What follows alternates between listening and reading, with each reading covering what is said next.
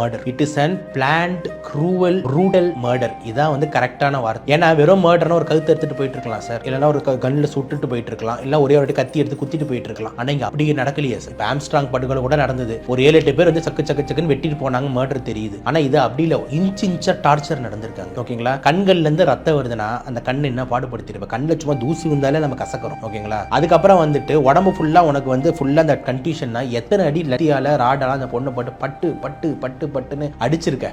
அதே மாதிரி வந்து பாத்தீங்கன்னா வந்து பற்கள் பல இடத்துல வந்து காணப்படுது. How cruel you are. இதை தாண்டி வந்து பாத்தீங்கன்னா 150 mg அப்படின்னும் போது எத்தனை பேர் அதுல இன்வால்வ் ஆயிரு. அதனாலதான் சொல்ற ஒருத்தர் கிடையாது. அன்னைக்கு நைட் அந்த 3 மணி நேரம் அந்த பொண்ணு பட்ட வலி இருக்கு, எவ்வளவு ஒரு வலியா இருக்கும். அது கத்த கூட முடிஞ்சிருக்காது. ஓகேங்களா? கத்துறது கூட வாயை பொத்திருப்பானுங்க, இந்த இடத்துல டோட்டலா சோக் பண்ணிருப்பானுங்க, கத்த கூட முடிஞ்சிருக்காது. இதெல்லாம் பண்றானா அவன் நார்மல் ஹியூமன் கிடையவே கிடையாது. Is a typical psycho. these persons எல்லாம் இதுதான் நான் சொல்றேன், ஜஸ்டிஸ் வேணும்னு ஏன் சொல்றேன்னா, இந்த மாதிரி சைக்கோங்களை திருப்பி வெளியே விட்டீங்கன்னா அடுத்து ஒரு பொண்ணுக்கு இந்த மாதிரி ஆகாதுன்றது என்ன நிச்சயம். அது ரொம்ப ரொம்ப முக்கியம். ஓகேங்களா? எவனா இந்த ஸ்கேப் கோட்டை தூக்கிட்டு தூக்குல போட்டு அவனை உள்ள வச்சிட்டீங்க, ஆனா பண்ண இன்னொரு மெயினா ஒரு 4-5 முக்கிய தலைகள் வெளியே இருக்கானுங்கன்னா, இப்ப அடுத்து வீக்கரா இருக்கிற டாக்டர் கிட்ட பண்ண பிரச்சனை வருது, கிராமத்து சைட்ல போய் வேட்டையாடும் அப்படின்னு இவங்க ஆரம்பிச்சாருன்னு வச்சுக்கோங்க, வேற சின்ன சின்ன பொண்ணுங்க மேல அவங்க கை வைக்கிறாங்கன்னு வச்சுக்கோங்க, அந்த பொண்ணோட நிலைமை என்னன்னு நம்ம யோசிக்கணும்ல. அதனாலதான் உண்மையான குற்றவாளிகளை தூக்கி உள்ள போட்டு தூக்குல போடுங்க அப்படின்றது வந்து ஸ்ட்ராங் ஸ்டேட்மெண்டா வந்துட்டு இருக்கு. ஏன்னா வந்து ஸ்கேப் கோட் மாட்டினா வந்துட்டு நம்மளுக்கு வந்து நல்லது. இது வந்து அடுத்த நிர்பயா கேஸ் அப்படின்றதெல்லாம் தாண்டி இது தொடர்ந்துகிட்டே இருக்கு சார். இந்த கேஸ் வெளியே வருதுன்றதுக்கு அர்த்தம் இது ஒரே கேஸ் தான் இந்தியாவில் இருக்குன்றது கிடையாது.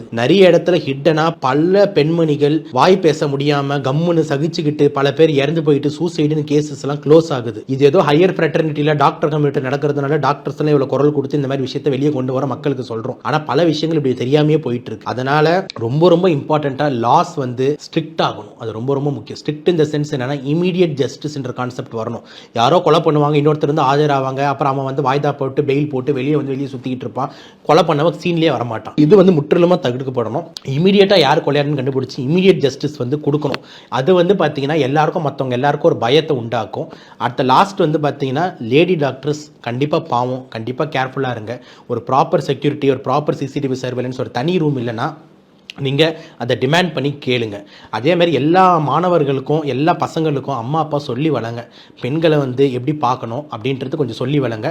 ஏன்னா வந்து நம்ம வந்து இருக்கிறதுல தான் இருக்குது. நீங்கள் என்ன தான் சொல்லி வளர்த்துட்டு அவன் ஒரு ட்ரக் அடிக்ட் ஆனால் அவனை வெளியவே விடாதீங்க, அவனை ஒரு சீரமைப்பு இல்லத்தில் அனுப்பிச்சிருங்க. ஏன்னா ட்ரக்ஸ்னு ஒரு விஷயம் உள்ளே வந்துருச்சு அப்படின்ற மாதிரி இருந்ததுன்னா அவனுக்கு எதிர்க்க இருக்கிறது அம்மாவா தங்கச்சியா அக்காவா எதுவுமே தெரியாது. அவன் பண்ணுறது எல்லாமே வந்து பார்த்தீங்கன்னா ஆன்டி சோஷியல் எலிமெண்ட்டாக அவன் மைண்டு சொல்லாததெல்லாம் பண்ணிக்கிட்டு இருப்பான். இது எல்லாமே வந்து பார்த்தீங்கன்னா நம்ம ஃபர்தராக ஃபியூச்சரில் வந்து எடுத்து பேசணுன்றது தான் இருக்குது.